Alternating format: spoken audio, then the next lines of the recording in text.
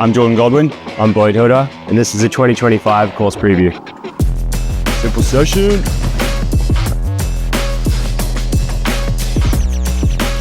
This year's course is really big and really fast, and out of the whole thing, the gap to kink rail is probably my favorite, just because it has the kicker at the top, which makes it a little bit safer than real street kink rails.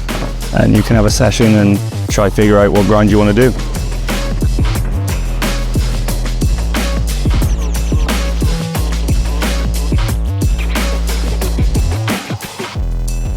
Now to check out the park side.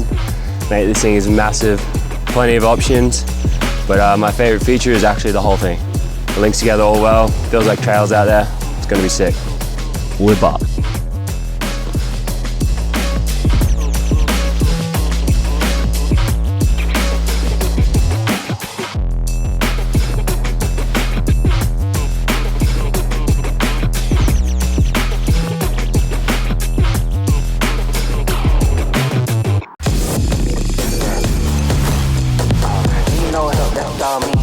Need no help, that's all me.